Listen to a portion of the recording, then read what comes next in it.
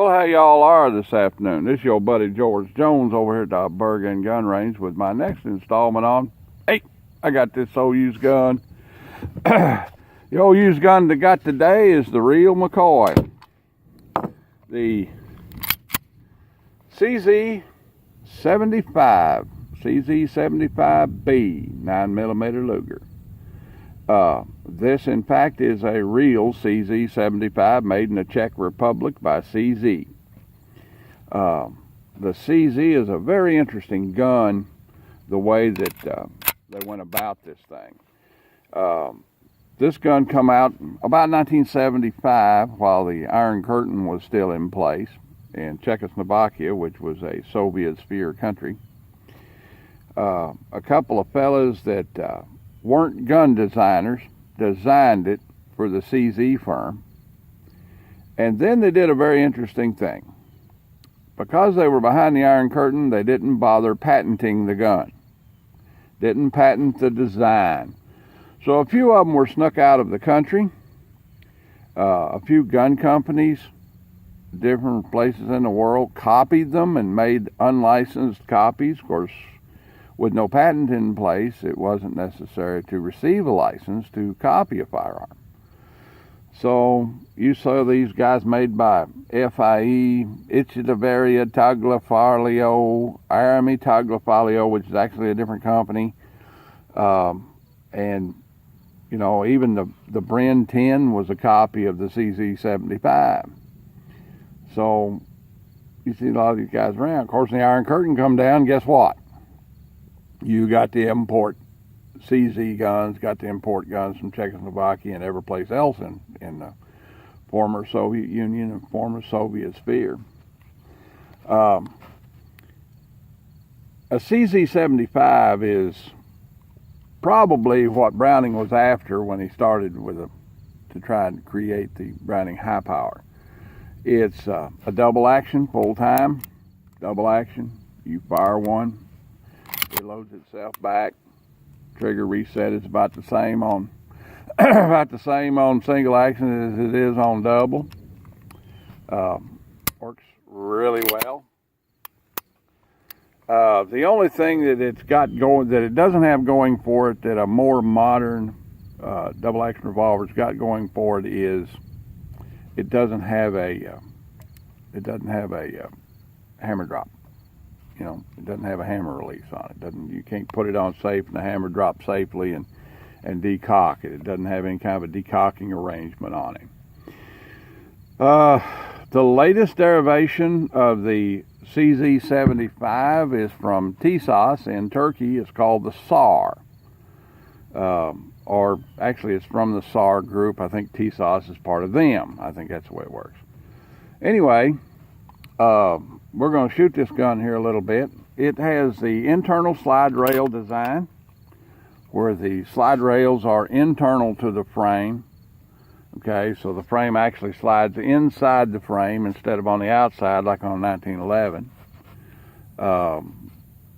Very few controls, magazine release, safety. Safety's positive, so safety on these guys works. Okay, but there's no decocker. This particular one has got glow-in-the-dark Metropole sights installed on it, so they glow all the time. But overall, it's just a plain, straightforward military police type service pistol. Nothing fancy on it. But they have quite a following, and they're an extremely good gun. Let's see how she shoots. 15 yards at a B21 silhouette. I've got 15 rounds in the magazine. Let's get old 15 round magazine here and see how we do. Okay. Run one up in there.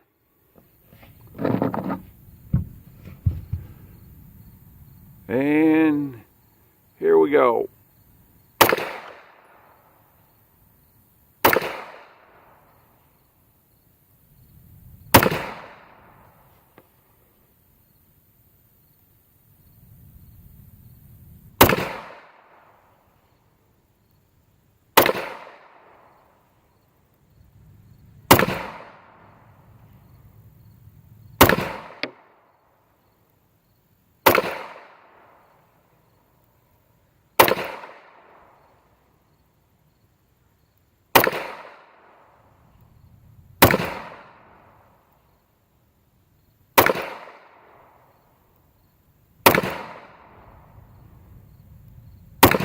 What do you think? I want to get a GoPro so the camera can be behind me, seeing me shooting and what's being shot.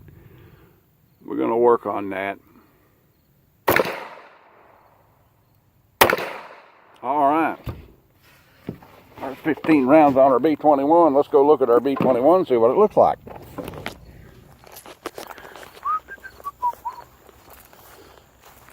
Lovely day. Threatening rain, slightly overcast, a little bit cooler than it was yesterday. Well, it's a lot cooler than it was yesterday. All right, where are we at down here? Well, we're off to the side a little bit. Looks like we got about four. You got one, 2, 3, 4, 5, 6, 7, 8, 9, 10. Okay. So we picked up, looks like 3 10s. Looks like 3 4Xs, 3Xs. Got some off to the left over here. That may be me. I tend to pull to the left just a little bit on the bench. I don't know why, but I tend to.